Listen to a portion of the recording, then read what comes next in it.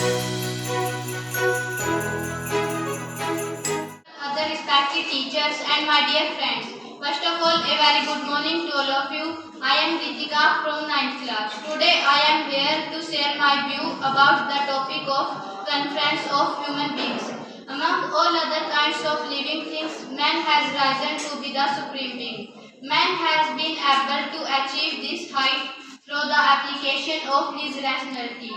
His spirit of cooperation and helps are the other quality and attributes that helped man to move ahead of other animals. But the towering ambition of man keeps on moving and in his flying high spree. Man tends to be blind to have needs and requirements of all around him. In order to have more and more, he only follows the urge to reach his goals. In pursuit of his goals, he became quite insensitive to the fellow beings.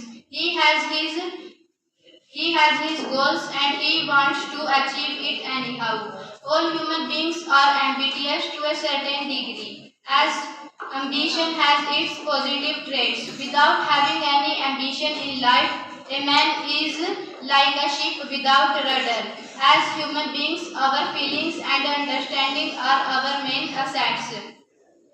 If we view from the other angle, a conference of human beings are our nature and style that we do not have lost our balance.